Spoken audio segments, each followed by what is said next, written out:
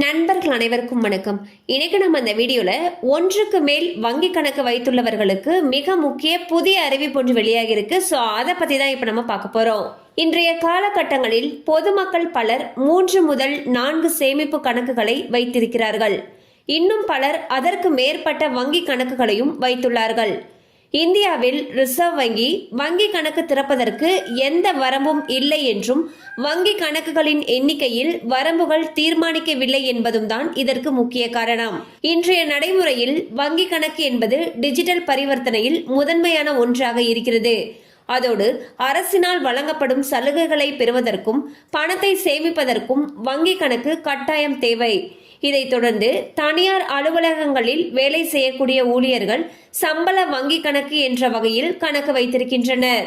தற்பொழுது ஒருவர் எத்தனை வங்கி கணக்கு வைத்திருக்கலாம் என்றும் ஒன்றுக்கும் மேற்பட்ட வங்கி கணக்கு வைத்திருந்தால் அதற்கான விதிமுறைகள் குறித்தும் தகவல் வெளியாகியுள்ளது. அந்த தகவலில் நீங்கள் வைத்துள்ள கணக்குகளில் சரியான பரிவர்த்தனைகள் தொடர்ந்து நடந்து கொண்டிருந்தால் எந்த பாதிப்பும் இருக்காது. ஆனால் வங்கி கணக்கு உபயோகிக்கப்படாமல் இருந்தால் உங்களுடைய கணக்கை வங்கி முடக்கிவிடும். எனவே வங்கி கணக்கை தொடர்ந்து பயன்படுத்த வேண்டும் என்று தெரிவிக்கப்பட்டுள்ளது. அத்துடன் வங்கி கணக்கில் எப்பொழுதும் குறைந்தபட்ச தொகையை வைத்திருக்க வேண்டும். அதை செய்ய தவறினால் வங்கி கணக்கு எதிர்மறையாகிவிடும். எனவே குறைந்தபட்ச தொகையை வைத்திருப்பதில் மிகவும் கவனமாக இருக்க வேண்டும். மேலும் ஒன்றுக்கு அதிகமான வங்கி கணக்குகளை வைத்திருக்கும் பொழுது அதற்கான குறைந்தபட்ச பணம், வங்கியில் இருந்து பெறப்படும் மெசேஜ் சேவைக்கான கட்டணம், டெபிட் கார்டு கட்டணம் போன்றவற்றை நீங்கள் கட்ட வேண்டியிருக்கும்.